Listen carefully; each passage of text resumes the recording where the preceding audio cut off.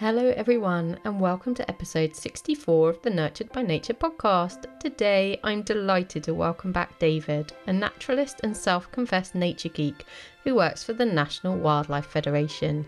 David previously joined me for an inspiring discussion about the importance of leaving the leaves and other autumn tips for nature-friendly gardening in episode 52.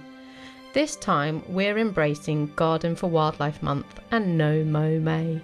So David and I touch on some tips for encouraging wildlife to thrive in your yard in spring and summer, as well as sharing how embracing container gardening can ensure that even in the smallest of outdoor spaces, you can help contribute to creating a place to support and nurture your native flora and fauna. David is celebrating his 25th year with the National Wildlife Federation, so alongside sharing his wonderful gardening tips, our discussion draws on his depth of experience to also explore the sometimes unexpected value that urban spaces provide to nurture wildlife, the relationship between environmental and social justice issues, and the power of community-led nature spaces to create lasting change. We also share the fun we have both had by setting up critter or wildlife cameras to spy on the new wild neighbours that move in when we create habitats in which they can thrive. In these often dark and challenging times, we are reminded that nature can be our sanctuary, providing joy and hope, a solace to modern life. When we share our spaces with amazing creatures and we welcome them into our lives, we are so often rewarded in a myriad of unexpected ways.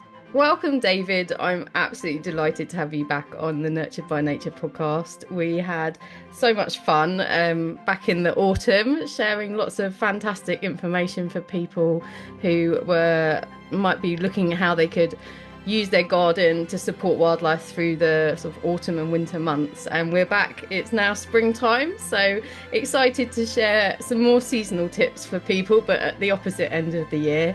But I know it's this month of May is Garden for Wildlife Month over there for you in the USA.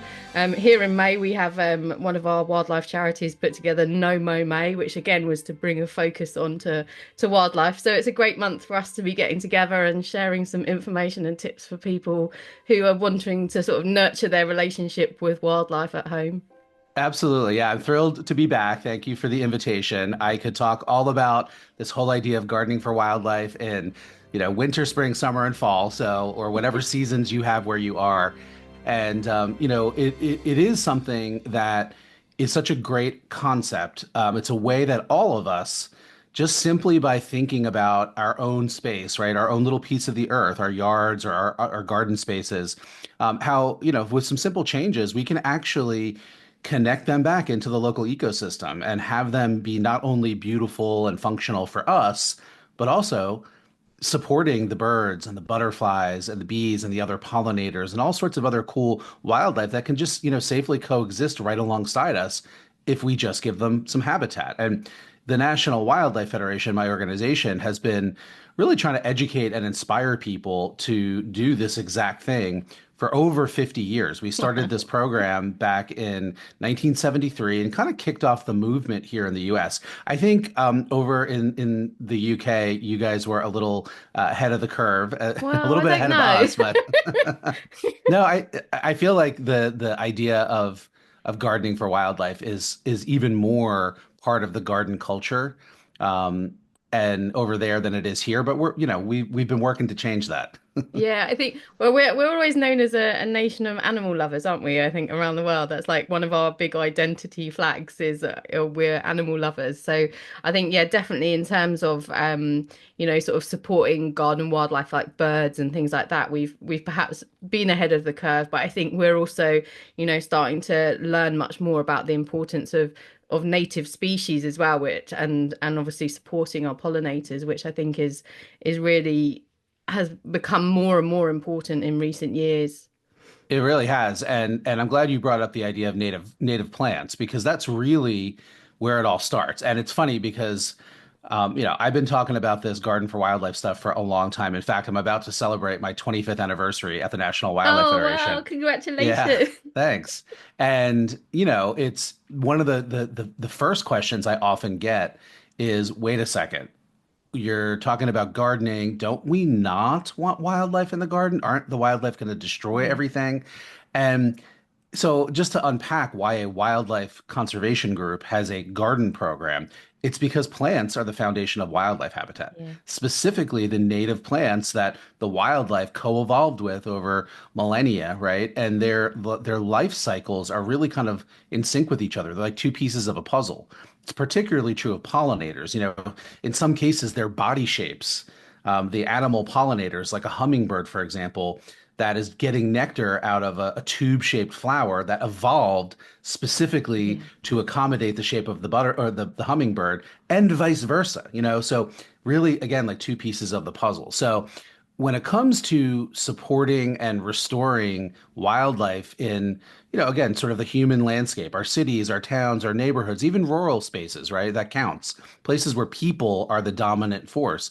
When you want to restore wildlife habitat there, it really begins with what you're planting Yeah. and putting in and restoring as much of that native plant community that used to exist before we paved it all over and put turf grass lawns in, Yeah. like, and sprayed And foreign pesticides species everywhere. as well. That's the other thing that Yeah. is particularly bad for from gardeners of the past is, we wanted to bring all these lovely exotics in, from far-flung places to, I mean, in many cases it was to sort of show our affluence, wasn't it, really? And Yes. show off and like, oh, we've got this from such and such, and actually realizing that they have sadly very little beneficial value to our native flora and fauna at home.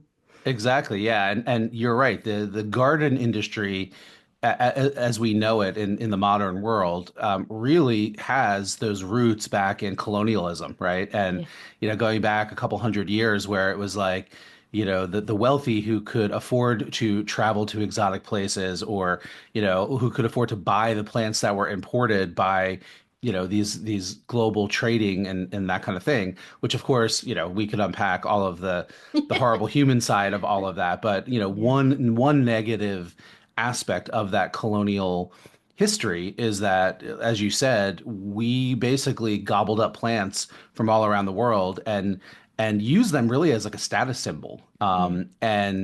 And people with means could have these wonderful exotic gardens, and eventually that democratized a little bit and the modern horticulture industry arose. But those roots are still there because the majority of the plants that the commercial horticulture industry is producing and promoting and marketing are not native species to Yeah. wherever, right? Yeah. Yeah. Whether it's here, in the U.S. or it's in Europe or wherever, right? Like, and so and quite honestly, it's a lot of the same plants, right? Yeah. So, Yeah.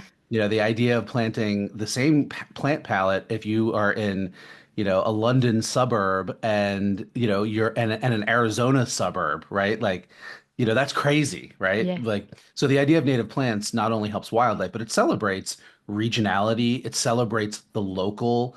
And I think more and more we're learning that there's a lot to be celebrated there. And so, anyway, the idea is that what we're trying to promote at the National Wildlife Federation, and this is our, we do this year round with our Garden for Wildlife and Native Plant Habitats programs, but especially now in the month of May that we designated Garden for Wildlife Month, is if you want to see more beautiful songbirds, if you want to see the fairy-like hummingbirds, if you want butterflies flitting around your yard, Yeah. if you want to see the bees pollinating all your plants, it all begins with what you are planting. And the Yeah. more native plants you can incorporate, which by the way, are beautiful and ornamental, and many of which are now being cultivated more and more, and you can get them more readily. But the more we do that, the more we plant those native plants, that's the wildlife habitat. And that's what Garden for Wildlife is really all about. And quite frankly, you need wildlife in the garden. Certainly, some species are going to eat your plants. Here in the US, we've got white-tailed deer in the east that Yeah. are, because we killed off all their predators, wolves and mountain lions in the east. Their populations are huge and they can devour your garden. We have groundhogs, which you all don't have over there. They're basically giant squirrels that devour everything. Yeah, sometimes that happens, but the reality is that we need our native bees to pollinate our crops. Yeah. Including in our backyards, our own personal vegetable gardens. Yeah. Tomatoes, eggplants, squashes, peppers are just a few of the plants that are pollinated by bees. So we need them. And those songbirds that you love to look at and enjoy are voracious predators of insects that could potentially be pests. So the more we plant natives, the more we're going to draw in the predators of the garden pests, Yeah. and you won't really have an issue. Dragonflies, ladybugs. Again, I'm sure there's a host of other species that you have where you are that we don't have here that serve that role. But it's really about creating an ecosystem. So whether you're gardening ornamentally or for food, we actually need wildlife in the garden. Yeah, and the other thing is as well, the benefit of planting natives is they have co-evolved alongside these supposed garden pests as well. So they're much more resilient to them. So, you get the benefits on both sides that, they're designed, the pests shouldn't destroy. I mean, obviously dear to a slight extreme example, but sort of more of like, your slugs and snails and Right. sort of invertebrates, they're not designed to really destroy their habitat because then they have nothing left. So the plants have evolved to, they might take a little bit of a hit, but they will regenerate afterwards as well. Exactly. And the exact way to think about it. Again, an ecosystem, which is all about connections, right? And balance. And, to use the puzzle analogy again, you're absolutely right. So think about butterflies and moths. They start out life, they hatch from their egg into a caterpillar. And it's really neat because plants, they don't like having their leaves eaten. Yeah, And so plants have developed all sorts of sort of chemical defenses yeah, that they put into their leaves to make them taste bitter or even quite honestly poisonous. And so the way that butterflies and moths have gotten around that because their caterpillars have to feed on leaves is that they've evolved immunity to those plant toxins of just a small handful of species. So, in other words, they've traded a generalist diet where they can eat anything to really specializing, yeah, and they can't develop immunity to every single plant toxin, but they by focusing and specializing, right, they can survive. And those are what we call the caterpillar host plants. And yeah, each species has a slightly different one. But you're absolutely right. Like they don't want to kill the host plant because then they'll have nothing to eat. So there is this balance, right? yeah, And our native plants are evolved to handle normal natural use by our native wildlife. Most of the garden pests that we have in terms of insects that are problematic in like an ornamental garden or a vegetable garden are honestly not native, right? They're mm, species that don't have the normal checks and balances. So, here in the US, Japanese beetles spring to mind. Obviously, they are from the Asian continent. I don't even know the history. Likely, they were accidentally introduced here, yeah, brought in and and some, yeah, yeah, yeah, and so now they're kind of ubiquitous, and they do really devour garden plants and can be a pest because again, they don't have the natural checks and balances. The spongy moth is another one here in the U.S. that was imported accidentally and is now everywhere and decimates forests, and the list goes on and on. But our native wildlife, our monarch butterflies, for example, which are rapidly disappearing and are actually right now being considered to be listed for protections under the oh Endangered yeah, I Species saw Act that. I saw that. because their Yeah. populations are in such trouble. Used to be super common.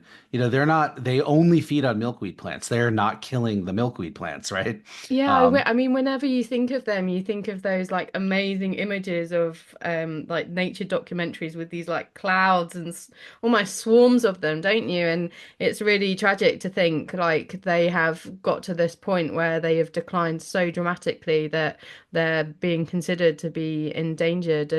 And like you say, it can be quite simple, like, if everyone who has a garden or I think we're going to get on to talking about container gardening a little bit. If everyone has the capacity to grow some of the plants that would support their entire life cycle, in particular the younger stages of their life cycle, the caterpillars, the egg where they have to lay their eggs and the food for the caterpillars, then it is within our power to help make a difference for these species.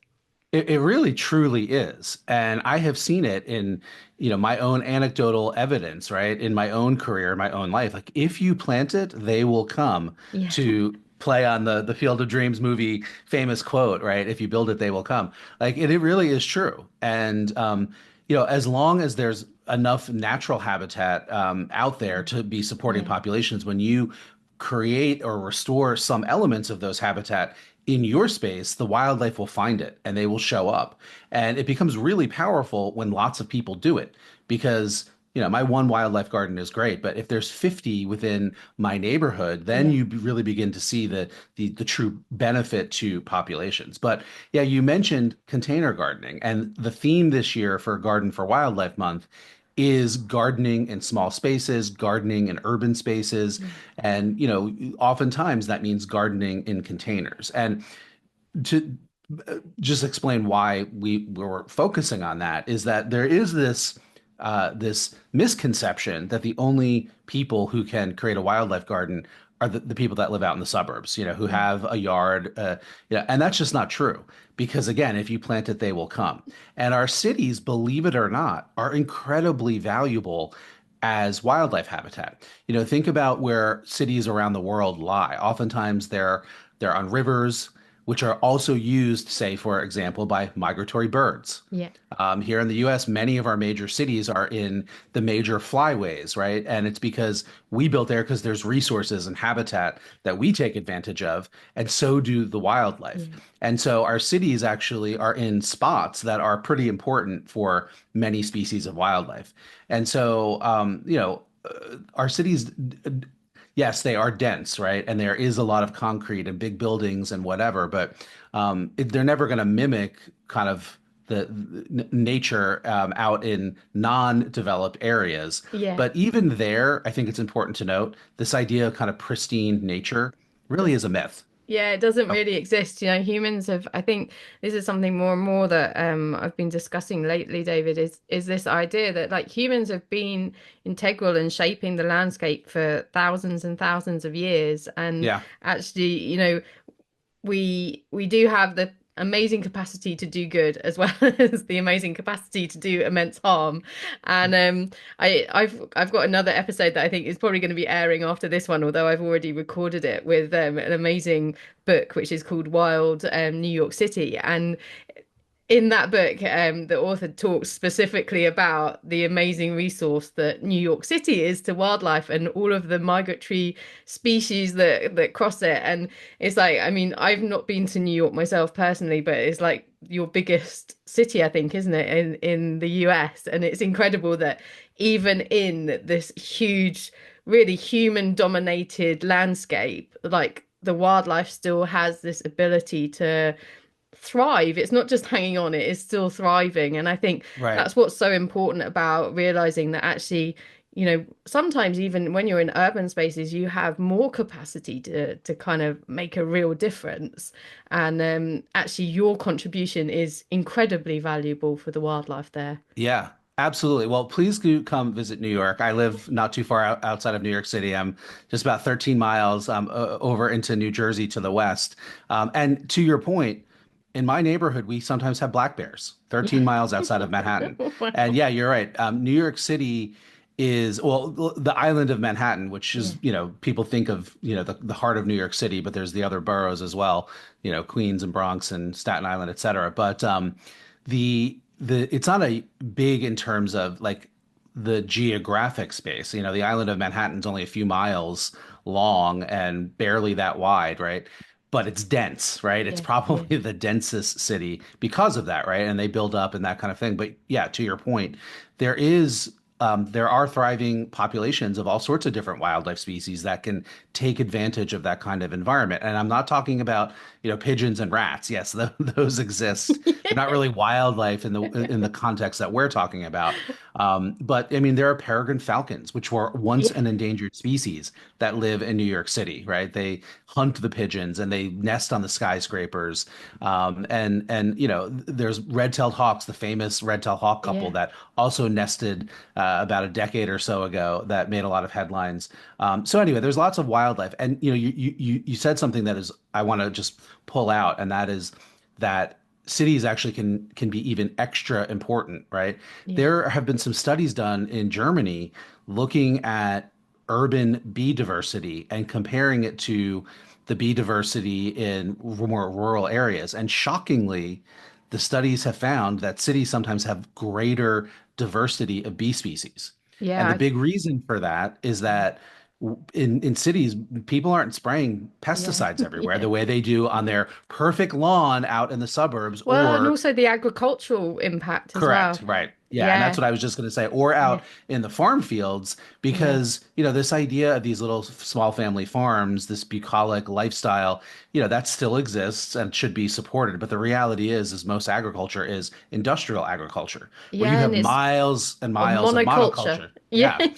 And that's yeah, terrible for bee diversity, right? And yeah, so because the native plants aren't there, and that's yeah, really what the bees need. So anyway, your point is absolutely a spot on, that we have this opportunity, especially in urban areas, to not spray the pesticides, maybe enhance the habitat a little bit by yeah, working in some native plants on your deck or your balcony or your rooftop or your front stoop. You don't even have to have your own personal garden space, right? New York City is a great example of a city that has a thriving community garden network. I think most Oh, cities okay, do yeah, these days, right? yeah, So that's an opportunity to get involved. There are all sorts of green spaces throughout all of our cities, most of which have like a Friends of yeah, organization yeah, that you can get involved in and get your fingers in the dirt and help pick up trash and remove invasive non-native species and maybe even plant some natives through those groups, even yeah. if you don't have your own garden space. So there's lots of ways for city folks to get involved in Yeah, I garden for think wildlife. like going back to what you were saying earlier about, where cities tended to evolve and develop, they would often be along bodies of water because people needed water to survive. So, there's a lot of these cities. I mean, New York is a great example, isn't it, of have this huge, river network running through them, and often there are like conservation organizations that are around those river networks, keeping them clean, trying to like regenerate them as well. So that's another fantastic place that you can dive in and get involved and find like-minded people and inspiration as well, which is also important. Yeah, it really is. And speaking of that, one of the National Wildlife Federation's mission is to unite all Americans to ensure that wildlife and people thrive in a rapidly changing world. Yeah. And it's always been sort of understood internally that people were part of it, but we really decided in the last few years to like be deliberate Yeah. about adding that to the mission, Yeah. because the reality is that we are part of nature. As Yeah. we mentioned a second ago, we have been influencing as human beings the natural world around us to either to benefit the greater ecosystem or not, right? And Yeah. unfortunately, more recent history, it's not. But so we're part of nature, and we suffer when we trash nature. And Yeah. in particular, there are all sorts of communities that bear the brunt of that. And oftentimes they're low income communities, they're Yeah. communities of color, right? And so, if we are okay having expendable human populations because of the way we're polluting and destroying the natural resources, like that's not okay, Yeah. right? And so that's why the National Wildlife Federation really focuses on that. And so, and I call that out because, again, in cities, right, it's really like you can enhance your own space, your own neighborhood by adding, more of these beautiful plants that Yeah. feed your spirit as well as feeding the wildlife. And there's all sorts of research out there that shows that communities that do have, trees, for example, have less crime and things like that, and so there's Yeah, just it's so many it's a benefits.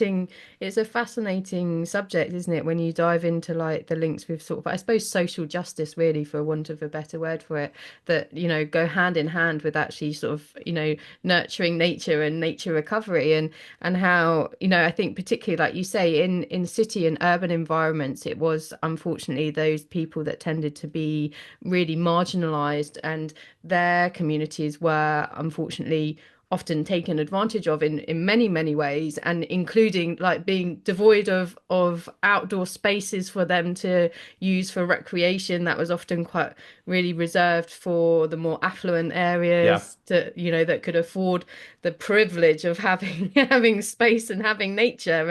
And actually, it does become a social justice issue. And I think you have the National Wildlife Federation has an arm that is specifically garden for wildlife, don't you? That actually makes it possible for people to find native plants quite easily. But you also do support communities as well, and do community outreach and help plant community gardens and things as well, don't you?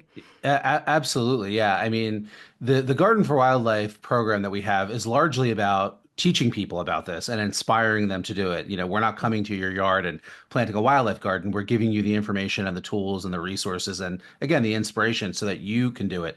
But we also are working kind of, we call it boots on the ground in many places, largely out of our regional offices. We've got Yeah. regional the teams all around the country. And so, for example, in the cities of Baltimore and Philadelphia, our some of our staff who work out of our Mid-Atlantic office in Annapolis, Maryland, are working and getting funding and connecting with communities to support their efforts to, for example, create basically breathe new life into, say, vacant lots in Yeah. marginalized neighborhoods that maybe have, high crime rates and no food availability. They're food deserts. So in other words, there's no Yeah. healthy food available Yeah. to the people of that community because, the giant, produce markets are out in the suburbs that they Yeah. can't get to, right? Yeah. And some of this work is centered around creating food sovereignty by helping the community create these food gardens, which then you need the pollinators in order to Yeah. have really productive produce gardens. So, figuring out ways where you kind of marry the two ideas, and I actually just gave a talk where I kind of, it just came to me. It's kind of the idea of food sovereignty, right? Like being in Yeah. control of your food source and being a player in making sure that you and your community have access to healthy food. When we plant pollinator gardens, essentially that's what we're doing with native plants. Yeah. We're restoring the indigenous plants, which is giving the indigenous wildlife the food sovereignty that they need to survive, and we could be doing that in. And when we do that for the pollinators, it can actually be doing double duty because then it provides local food sources. And obviously, this is not the solution to, marginalized communities and food deserts and all of that, but it can be a piece. Yeah. And it can really help people on a super local level have access to better food sources. And again, the pollinators are part of that. So Yeah. there's a lot there. There's a lot that we can be doing if we just get involved. Yeah, I love that. And I think this is the thing that's so exciting and inspiring about it is it's like when you sort of start digging digging into it, it's it help like the ripples are just immense, aren't they? It's like, you start with thinking, oh, I'm just gonna go and find, a native native plant to maybe put in a pot on my balcony or in your garden. And then it's like, then you start on this beautiful journey and realize that actually like it has this amazing capacity for human good as well as the environment. It really does. And let's be honest, things in the world are, pretty grim in many places, the US Yeah. notably, right? Yeah. And I know so many people are really scared and Yeah. struggling and Yeah. watching some of the horrors unfold. And I think the Feeling simple act powerless of, as well, I think, is a yeah, huge thing. Yeah. exactly. Feeling powerless in the face of these, just horrible things that are happening that are the intent behind which is really to do people harm Yeah. deliberately Yeah. and doing it in a blatant way, not even sugarcoating it, right? Or Yeah. pretending anymore, right? Yeah. It's like we're Yeah. out to harm you, right? We're Yeah. about out to do as much damage to, you and your community as possible. That's what's happening, right? And it's very scary and it can feel very overwhelming. But I personally do take hope in taking those small actions where I can. And Yeah. and one of them is this whole idea of healing nature by planting stuff.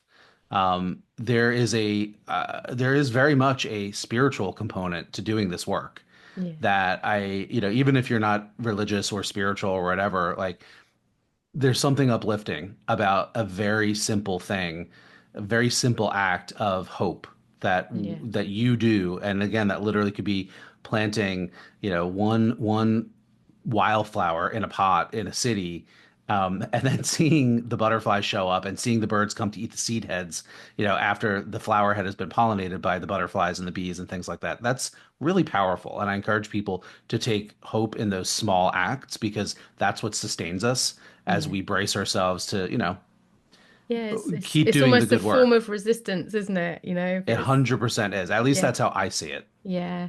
No, I think I mean I'm glad you've brought that up. It is a very difficult time. I don't think not just in the US. I think, the sense of the weight of emotion. I know in this country as in the UK at the moment, I mean our laws protecting nature are like basically on the verge of being completely obliterated in terms of like in our development and planning processes. They're literally like, we don't care about nature. Everything that we've had for decades and decades is about to sort of be swept away. Yep. And it is quite daunting. And I think for people who care about the natural world, it's overwhelming. It literally is. You're just sort of, some mornings you wake up and you just think, oh my goodness, is there a point anymore? And then you go outside and you've got your little bird. We've got lovely little robin redbreasts and things, or you can hear them singing, and you think, or you've got a lovely pot of flowers and the bright blooms, and you think, there is a point. And nature is, it does need our support. We do need to change, but it is also incredibly resilient. And actually, we we need nature's wisdom as much as nature needs our support at the moment. Very much so, yeah. And there is this kind of old trope of like or stereotype of the environmentalists are fighting to save the world because humans are going to kill planet Earth, and like we're not going to kill planet Earth, folks. We're going to Yeah, kill ourselves yeah, and yeah, most of the other life around us. It'll bounce back, once we have wiped ourselves out. Give it another 100,000 years, there'll be all sorts of new life on planet Earth, right? yeah, It's not about the killing the planet literally. It's about killing the wonderful diversity of life that we now know. And we're seeing that. We are in this wildlife extinction crisis globally, and it's all due to human activity. yeah, As we've been talking about, so many of the things that are causing that precipitous decline and disappearance of wildlife diversity are hurting people too. yeah, And so it's like we're all in this together. And the whole idea of like when we save nature, we save ourselves really is true. On the macro scale, on the global scale, we have to be continuing to do the hard work and resisting. But we can also be doing that work on the super local scale and on the self-care scale. yeah, When I get overwhelmed, I go out into my backyard and I, take my shoes off and my feet are in the grass and the soil and I plant something. And for me anyway, that is so powerful and reconnecting and healing and recharging of my own battery so I can yeah, continue to wake up every day in the face of all the bad news and continue doing this work. And seeing a flower lifts my soul, right? yeah, Seeing, and even more so when I see a wild animal in the yeah, form of a native bee or a songbird coming to visit that flower. I mean, that just is exponentially uplifting. So I encourage everybody yeah. listening to do it. Get out there, get your fingers in the dirt, plant something. Don't be overwhelmed. You don't have to be a botanist or an expert naturalist like me to do this. Like just plant something and start from there. And even if it's in a pot on a stoop, it counts. Yeah, I mean, I mentioned at the head of it, we have a movement in the UK called No Mow May, which is about not cutting your lawn. So it's basically during the month of May, ideally, you don't cut your lawn, you sort of let it grow. It's twofold. Really, a lot of it is to do with just bringing people's awareness to nature and wildlife, and the benefit of it. Hopefully you get a few wildflowers pop up in your lawn. Obviously, it depends on your seed bank and things like that. But I mean, I've got lovely like daisies coming up, and last year I was very brave and left a whole patch of thistles, which like probably strike fear in the heart of most gardeners, because they're like, oh my goodness, the seeds will go everywhere, and you're gonna get eaten while you're sleeping or something but like you said, it was sort of I left them during May, and then I was like, oh well, I know like the butterflies quite like the flower heads of thistles, and they're quite pretty, beautiful purples. And I thought, well, our butterflies last year in particular, we had a very wet spring, and we're really, really, all of our insect life was really struggling.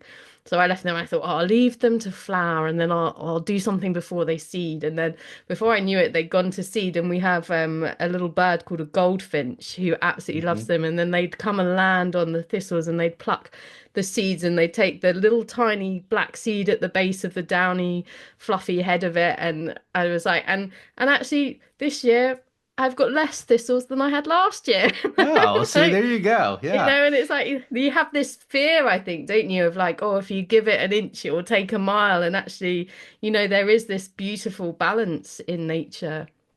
Yeah, for sure. Yeah, and we have No Mow May here in the U.S., and you're absolutely right. I think the biggest benefit of that movement is just pe raising people's awareness of, Yeah. quite frankly, how terrible lawns are, Yeah.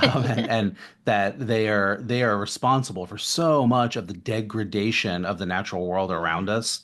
Not only do they literally support nothing, right? They're Yeah. kind of dead zones, Yeah. but the typical maintenance of a lawn requires a lot of excess watering, a lot of pesticides, a lot of fertilizers, all of which run off into our waterways, and kill the wildlife outright, in the case of the pesticides. But even more than that, the machinery we use to maintain our lawns is incredibly polluting. Yeah. People, think of cars and, fossil fuels and all of that pollution, right? Well, cars are a million times more regulated here in the States, but globally as well, than any of the lawn equipment that is using the same kind of engines, right? I know. I had And an amazing fact from a guest recently, Josh, who has he has a movement called the Lazy Environmentalist, and now has a website called Super Cool, and he said it yep, was something like 4 to 5% of the greenhouse gas emissions in the States come from garden and lawn like maintenance equipment, and yeah. it's yeah, it's like Yeah, crazy. it's Yeah, incredible. And yeah, I mean, there's all sorts of stats out there. Mowing a lawn with a standard lawnmower is like the equivalent of driving a pickup truck for like 100 miles. yeah. And then you multiply that by the millions and millions of people that are doing it every weekend, right? So it adds up, right? And hauling the And waste away as well, the grass cuttings as well, oh getting yeah, hauled right. to. Those go right Yeah, into the landfill yeah, where they then break down underground with no oxygen. yeah, And those anaerobic conditions, as they break down, they produce methane, yeah. which is even more potent than carbon dioxide, which is spewing from the lawnmowers, Yeah, as a greenhouse gas, right? That's yeah, causing global climate change. So, this is what I was saying before, like a personal action that seems so insignificant really is connected to the bigger picture, yeah, right? And so if we choose to not mow for the month of May, that's great. That's in my opinion, a very tiny baby step. yeah, So at the National Wildlife Federation, what we actually really try to do during No Mow May, which again is also Garden for Wildlife Month, is really challenge people to say, let's go beyond No Mow May. yeah, And how about instead of just not mowing, which is great, but how about maybe we add one new garden bed yeah. and get rid of the lawn Shrink in the that lawn. area? Yeah, shrink Right. it. Yeah, And add some more native plants there, right? yeah, Because that is yeah, actually going to benefit wildlife, yeah, right? Not only does it reduce the need for, or the amount of mowing that you're going to have to do long term, right? Not just for the month of May, but those plants are actually going to support the wildlife. yeah, And they don't require the fertilizers and the pesticides. And, once obviously anytime you plant something new, you have to do a little bit of watering until their roots get Yeah. established. But that's one of the benefits of native plants is that they're adapted to the local conditions, whether it's the climate conditions or the associated weather and the precipitation and the soil types and everything. So once they get established, they are generally pretty low maintenance compared to a lot of fussy, non-native, ornamental exotic plants that just are not built to thrive, even if they are approved for your grow zone, and all of that kind of thing. They oftentimes do require a lot more input. So anyway, no mow May is great. Start there, but we encourage you to get rid of some of that lawn because that's really where you begin to see the benefits for wildlife and the planet. Yeah, no, definitely. I think that's the same in this country as well, because I think it then like spiraled into another charity. I can't remember which ones was like Let It Bloom June as well, which was like, this idea that like, oh, you've allowed some of these plants to maybe like sort of stick their heads above the ground for like, a couple of weeks, and then actually you just lop them down. It's Right. like Yeah. any good you've done is sort of a little bit undone, but yeah, it's a great it's just I think this is the thing, isn't it? It's about like just kind of gently re-educating people, changing like the whole dialogue around how our gardens are viewed and how we can, actually make them spaces that we can share with wildlife and it benefit both of us and, the greater world. Yeah, I mean that's what it's all about. And it's about celebrating the local and preserving the diversity that has always been wherever it is that we live, right? And not just homogenizing everything with the same plant palette found everywhere in temperate zones globally. Like that's boring. Who wants Yeah. that, Yeah. And it's fine. Like, if your grandmother grew peonies and those are emotionally important to you. Yeah, grow some peonies. That's fine. Like, I'm not saying you have to be 100% native plants. And Yeah. again, this idea of like restoring pristine nature before humans touched it is a myth anyway, right? Like these Yeah. are human constructed spaces, even if they are naturally focused and are dominated by native plants, et cetera. Like, so it's okay, have fun with it. And this is the other thing too, is it doesn't have to look like a wild mess, right? There's this myth that a wildlife garden has to be overgrown and messy, Yeah. that native plants are just weeds and hogwash. None of that's true, right? Like, certainly you can choose a garden design that is a little bit more rustic or wild. I mean, English gardens, right? That's the Yeah. whole concept behind them. They're meant to sort of look like a meadow, right? Yeah, That would exactly. just Like the spring old sort of up. cottage garden is really Yeah. like, layers and layers and layers of plants on each other. Right. And so you could certainly opt for that and the wildlife will certainly love that because it is a little bit more like what happens in nature. But here in the US, I'm not sure if you guys have homeowners associations, HOAs.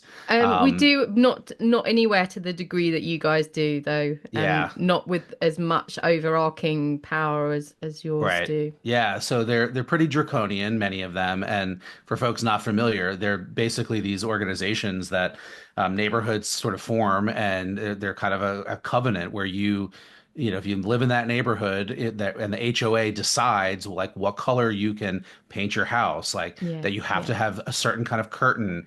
yeah, And extending to the landscape, many of them say like you must have a lawn and you must mow it to 2 inches yeah. tall and every week, and if not, you Yeah, can get yeah, violations and fines and fines and yeah, right. yeah, So having a wild aesthetic is not something that everybody is going to be able to do.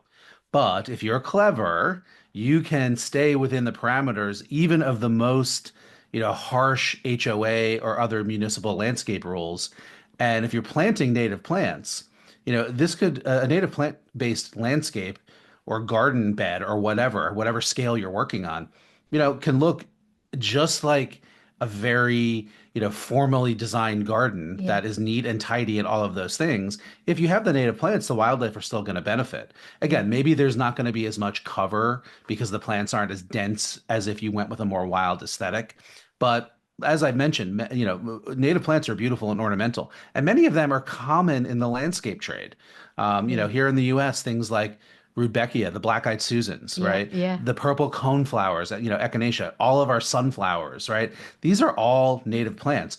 Dogwood trees, yeah. And the funny thing is, like over here, they're plants that people would buy over here to put in their like right. ornamental gardens, and it's like they're your native plants. Like, Exactly, right. And so, like I said, the idea that native plants are just weeds and that having a natural garden means it has to look messy and unkempt, no, not true. I mean, it's all your choice. That's a garden design choice. yeah, That has really nothing to do with the nature of the plants themselves. So yeah, I mean, again, I hope everybody listening is inspired a little bit to go out, and whether you live out in the countryside or you're right downtown, plant something, plant a native plant, just do a quick Google search. There are native plant nurseries yeah, and great mail order. In fact, the National Wildlife Federation, we spun off a couple years ago as a nonprofit organization. We can't, we we don't we're not a for-profit, but we spun off a for-profit native plant business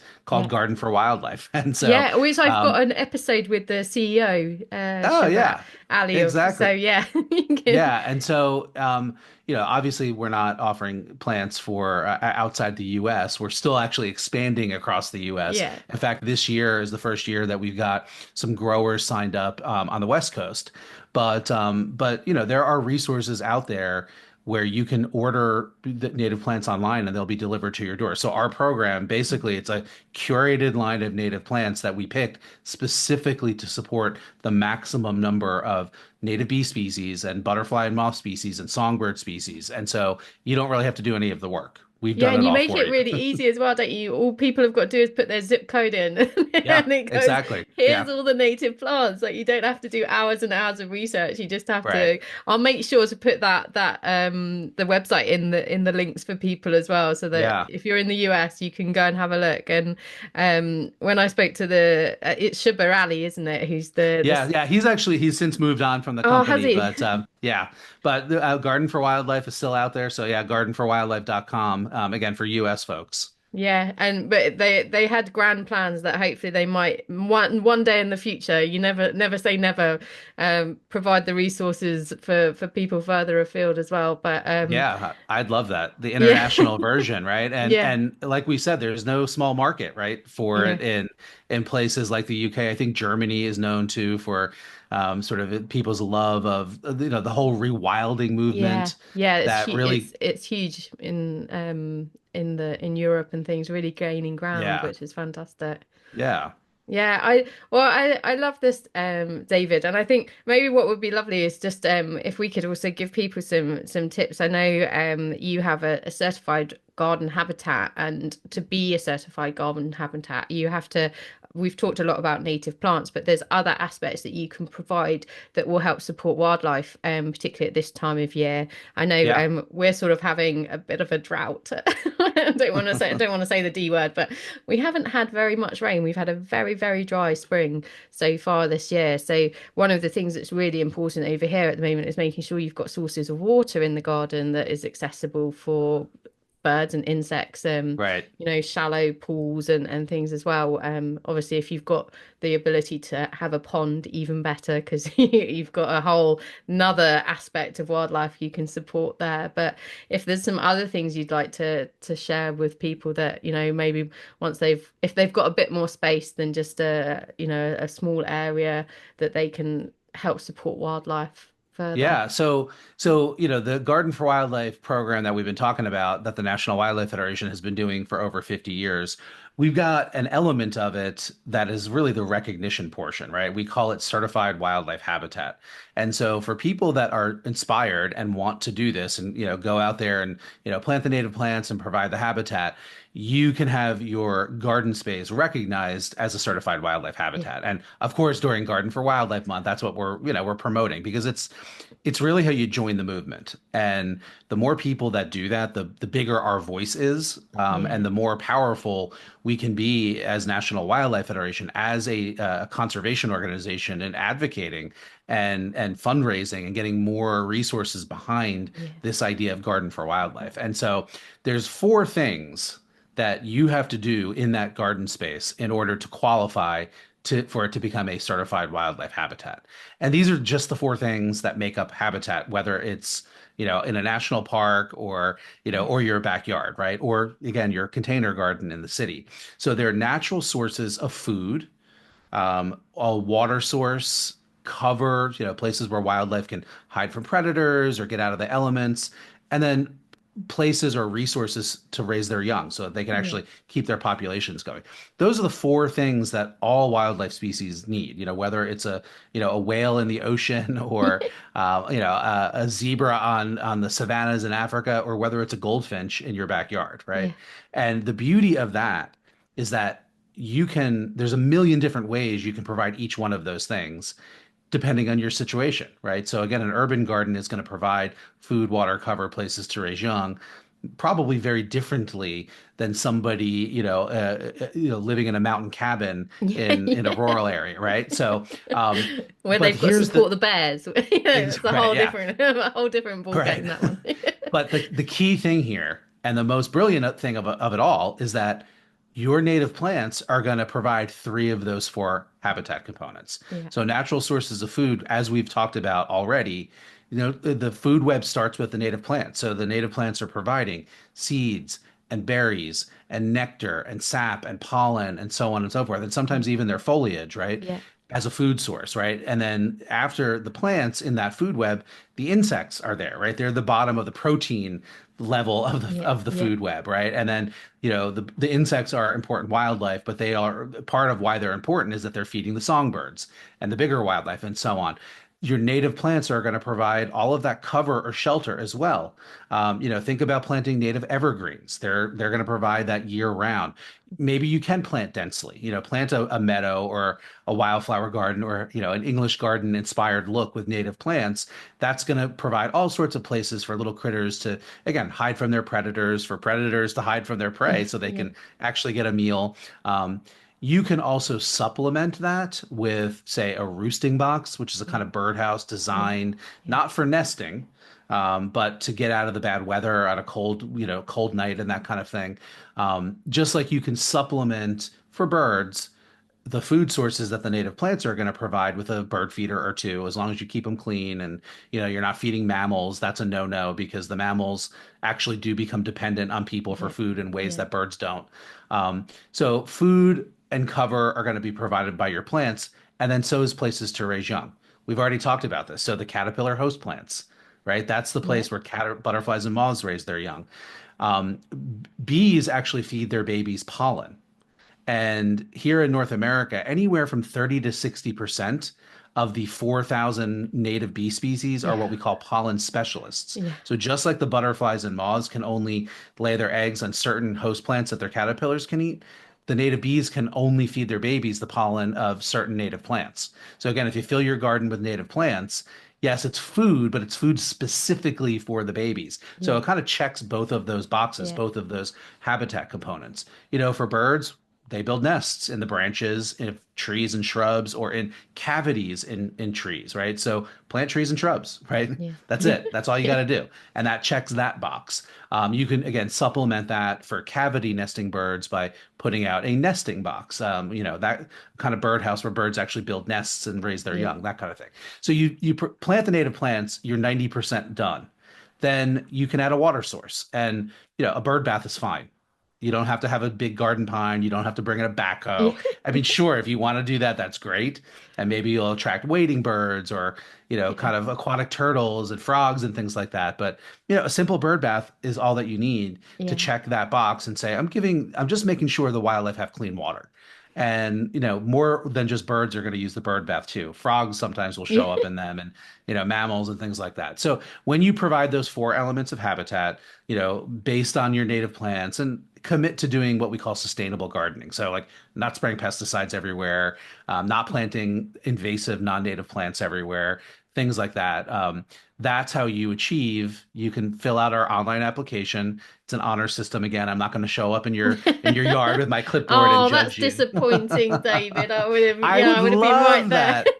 I would love that. But it's an important point here because this whole idea of certified habitat is not meant to be like a blue ribbon program. Yeah. We're not just interested in recognizing the people that have deep expertise and deep pockets, right, to make the perfect habitat, right? This is about getting people to just take some basic steps because Yeah. we know when people do that, the wildlife will show up, they're going to get hooked. Everybody loves to get recognized for doing something good. And so Yeah. it's an honor system, right? And when you join, It's about pledging your support really, isn't it? And yes, just that's show it, 100% right. like, raising your hand saying, I think this is important and I want to do whatever I can on whatever scale I can. Right. And also it helps raise awareness, like I think you can also get a nice a sign as well that you can put out, which Yep. helps, you might inspire your neighbors, or if you've got children, they might, inspire their school friends and That yeah. that's exactly right. Yeah, and that's what I was gonna finish with is when you get achieve that certification status, you get a little certificate with your name on it and things like that. You can also get one of our yard signs that really truly do in the most grassroots way possible help us spread the word about this. And Yeah. I see these signs as I travel the country and even the world. Anybody anywhere in the world Yeah. can participate in this program. And oh my gosh, it's so powerful. And I know for a fact that they start conversations. Yeah. When you put out this little sign that says this space is a natural habitat and National Wildlife Federation recognized it, people ask about that. Yeah. And they're like, "Oh, okay, so I get it. Your yard looks maybe a little bit different than mine on purpose. And you're Yeah. doing it. Oh, and it's actually a good thing. Oh, I'd love to see more butterflies, and then it goes from Yeah. there. Yeah. So yeah, we hope that everybody during Garden for Wildlife Month not only will, create the wildlife garden or enhance what you already have, but if you haven't already, to go ahead and join the program, join the movement, and get it certified. And there's all sorts of discounts and promotions that we're running. So folks, Yeah. Yeah. go Check to out the social media. We'll have the yeah. links to your social media as well. And there's often, if you go through a few posts, you're likely to find, sort of something that they're running that they're promoting at the moment. Exactly. Yeah. I think this year it's a 20% off Yeah. on the application fee and the signs and things like that. So that's a pretty good deal. I mean, it's not a lot of money in the first place. And by the way, all of that does go right back into running our programs as a nonprofit organization. Yeah. We're not getting rich off of selling the yard signs. It's a way that we fundraise to keep being able to do this work. But so yeah, in a way, it's a double like nice thing to do. Not only you've created the habitat, it's helping the wildlife. The wildlife don't care if it's certified. They're not going to read the sign, right? That's really for you. But when you do that, it helps support the work and it gets the word out in that grassroots way. And hopefully it makes you feel good too, because that's important. That keeps our spirits up, Yeah, so we keep doing good work. I think that is important. I know we're sort of getting a little bit towards the end of our time, but I know something we can maybe just touch on very quickly is something about like having fun in the garden, I think it is. And like we were talking earlier about before we came on about critter cams and like wildlife cameras and actually if you've got a little bit more space, they're a lovely addition, aren't they, to be able to sort of see who's benefiting from your hard work as well. Oh my gosh, I'm completely addicted. So I have, they sell all sorts of, like home security stuff these days. Yeah. That's all sort of Wi-Fi, enabled and whatever. And so, I've got a series of these little small, security cameras that I don't like. I don't use them for security necessarily. I use them for wildlife watching. I mean, I Yeah. guess they do double duty, right? Yeah. Um, but I just stick them in various places in my yard. And then every morning I wake up and before I get out of bed, I'm diving in to look at the recordings to see who was in my yard overnight and that kind of thing. So it's a really fantastic way of getting to see some of the more elusive creatures. I Yeah. mean, even the common animals, they move fast and they're camouflaged. And so my big one this year was that I saw an eastern towhee, which is a kind of a bird that it's about American robin size, so a Yeah. little Yeah. bit Yeah. bigger than the robins that you guys have. But it's got sort of a black head and a rusty belly and some Oh, white wow. bands on it. And you just, I'm in a suburb, but like I mentioned, I'm very close to New York City. Yeah. They're definitely not, I would say, an urban bird. Yeah. right? So Yeah. to see, like, I haven't seen any of them in my yard this year, but Oh I have wow. been, I think we talked about this the last time I was on, the whole idea of leaving your leaves, Yeah. Yeah. your Yeah. fallen leaves in the fall because they're natural habitat for lots of wildlife and, so on and so forth. Well, one of the benefits of that is that as habitat, they are a place where all sorts of wildlife forage looking for bugs, Yeah. right? And towies are one of them. And so I think I'm seeing them in my yard this year because I have the last few years been saving and utilizing that fallen leaves as a Oh mulch in my wow. garden beds. And now there's like a real good habitat going. So it's coming, Ah, it's another fantastic. way that you can create habitat is leaving those leaves. And so, but yeah, we've got some raccoons that have gotten themselves into a little bit of trouble. I have a little water garden, like a 30-gallon ceramic big pot on my deck, and they did get my goldfish, which were pets. Oh, Yeah. naughty, And so I naughty. need to figure out they're like coming back nightly and Yeah. ripping up my water lily and just doing raccoon things, Yeah. nothing, no hate towards them, but so yeah, I encourage people to do that, and it's Well, it's really at least fascinating. now with your wildlife cameras, you can enjoy them as well. Like, Exactly. they're not like Instead these of silent coming in the night and wreaking havoc. You can ex enjoy their antics. exactly. Yeah. The other one that has been a real treat this year is and I noticed this because my dogs were like really focused on like under my deck. I've got a deck Okay. off the side of my house. It's not very high. So I put a little camera there facing where they were obsessed with. They're too big to really get under there. And turns out there was a rabbit nest under there. So an eastern Oh, cottontail mom had yeah. her babies. Yeah. And one day all of these little bunnies started Oh, hopping out and I caught it on camera. So cute. oh. And they've now dispersed, and thankfully the dogs, they were able to successfully avoid the dogs, and Yeah, so it's so yeah, It is. I mean, I love wildlife cameras as a wildlife photographer, and having worked in conservation in Africa, they're a very useful tool for conservation, for surveying areas, elusive wildlife, and things, and actually, over in the UK, actually, for an entire year, I had three cameras out that were set around an ancient oak tree. One was up in the tree, and then two were on the ground around it, and basically charted for an entire year, like all of the nature and wildlife we saw, and put oh it my out gosh, on YouTube. And it is just incredible. And then there were several times on that we saw species that we didn't know were in the area that you know were useful for record. iNaturalist is a great place to share information as yep. well. And it's just it's so exciting and it's addictive. Like you said, you're like, oh, I've got to go and look and see what's on it today. And I mean, we were very fortunate that we had a badger set there as well. And so actually, we got the tiny little badger cubs when they first Oh my emerged from gosh, the so set. And cute.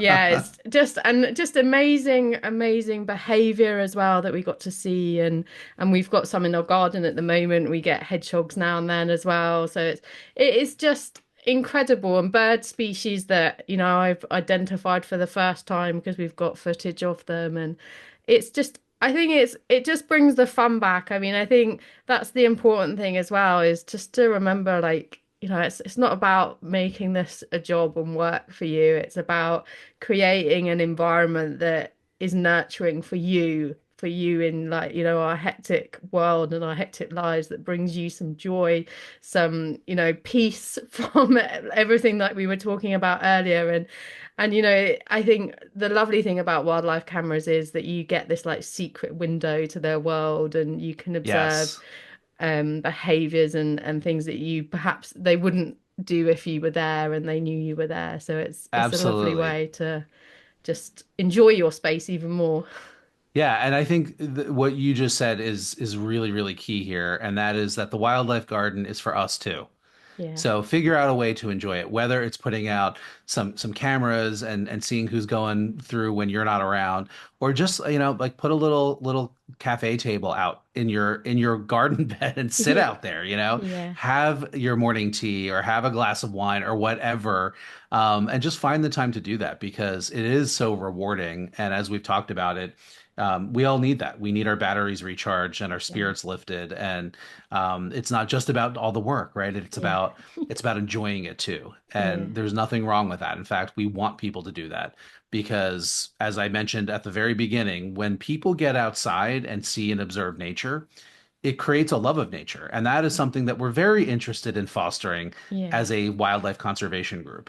And you can be inspired literally right outside your door. It's not just about going to faraway places and seeing incredible wildlife from other parts of the world. We've got some really cool wildlife where we live, wherever that is, right? Yeah. And that you're probably not even aware of because you're not going outside and maybe Yeah. you don't have the habitat, let alone having, sort of a secret camera out there. So yeah, I hope everybody during Garden for Wildlife Month, but really at any time of the year, is inspired by this to plant some more natives, maybe get rid of a little bit of lawn, ditch the pesticides, and then start seeing all the cool birds and butterflies and Yeah. bees and other critters that are going to be your neighbor, Yeah. if you just give them a little bit of a home. And it's an amazing, simple thing that is so powerful, both for nature, but also for us, that again, we hope everybody decides to do, and then get the garden certified and participate in the movement and all those good things.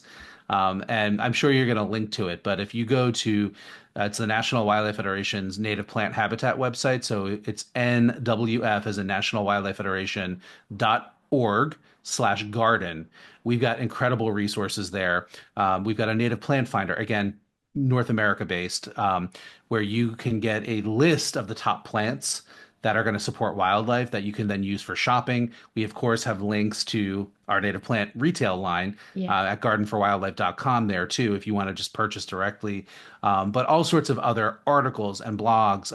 I've got a book. It's called Attracting Birds, Butterflies, and Other Backyard Wildlife. It's a how-to book, really applicable anywhere in the world, even Yeah. though the examples I give are here in the US. So that is another resource that's out there that you could purchase from any bookseller. And it is a National Wildlife Federation book, so a portion of the proceeds go right back into our programs as well. So yeah, there's a lot of information out there for folks interested in learning more and getting inspired and getting their fingers in the dirt and planting some stuff to support wildlife. Yeah, I think that's what's fantastic about your organization. You've been in operation for so long. You've just got this huge resource of information that people can tap into. I know when we spoke before, you talked about, supporting people in different areas. Maybe if you've got a fire risk area, then like how you can garden in that area that's safe for, Yes. a fire risk landscape, and that, has to do things a little bit differently. And there's just, I mean, I think that's what's exciting is about technology and things is we do have these resources like really readily available now. I mean, I think you said it's your 25th year with the National Wildlife Yep. Federation. And I mean, it's incredible, isn't it, when you think back to like that was the year 2000, and it's like, the internet was fairly much for most people in its infancy. We Yep. didn't have, all of the social media sites that we had. It was more sort of forum based, and the capacity for us to access this information is just, you know easier than ever. And Yeah. it's just about, finding these great organizations like yourselves that have amazing people like David, who's incredibly passionate. He always puts a smile on my face. I love talking to him and sharing sharing his wisdom with you all. But yeah, it's just about doing what you can and starting small, taking that first step, and then just enjoying the journey and seeing where it can take you. And you can get addicted like David and I, and and it becomes a lifetime dedication, and that's quite exciting as well. And you meet amazing people, like we mentioned. This isn't just about nature; it's about humanity and society and community as well. And the ripples that you can have when you start this journey are just untold. And I just encourage everyone to just do what you can, however small it feels, but just take that first step and see where you end up, and do share with us what you do and how you get on. But Perfectly said. It's been a pleasure, David. Absolutely delightful talking to you again. You're just one of my favourite people, and I love connecting with you. I love everything that you've dedicated your life to. You know, thank you for giving us the 25 years, hopefully another 25 years. That's right, yeah. Of, you know, your enthusiasm and for the natural world, and everything you've done to just encourage people is, you know, it's a real gift to us now and to future generations. So thank you so much. You're welcome, Fiona, and I appreciate the invitation to come back on. And I have no lack of things to talk about when it comes to nature. So let me know, and I will come back and we'll talk about something else. Yeah, no, definitely. I know. We've got no. I mean, I think we're probably done like 3 hours already in the last like 6 months, and it's like, yeah, it's just like speaking to a dear old friend, and Yes. Yeah, it's just my pleasure to host you and share your wisdom with people, and inspire them to just love nature. Even a little bit of how much you love it is just going to change the world. Well, thanks. And thank you for having this podcast, because you're out there doing the same exact thing, helping people, you know, be inspired and learn how to, you know, just sort of get better connected to nature and help it out. So really appreciate all that you're doing too. Oh, my pleasure. Thanks, David. Okay, bye. Thank you so much for listening to the Nurtured by Nature podcast. I truly hope this conversation has brought some hope and inspiration into your life. I would love to have these messages ripple out across the world.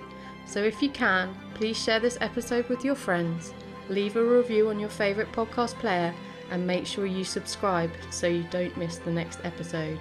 I would love to hear from you, so please feel free to connect with me on the links provided in the podcast description.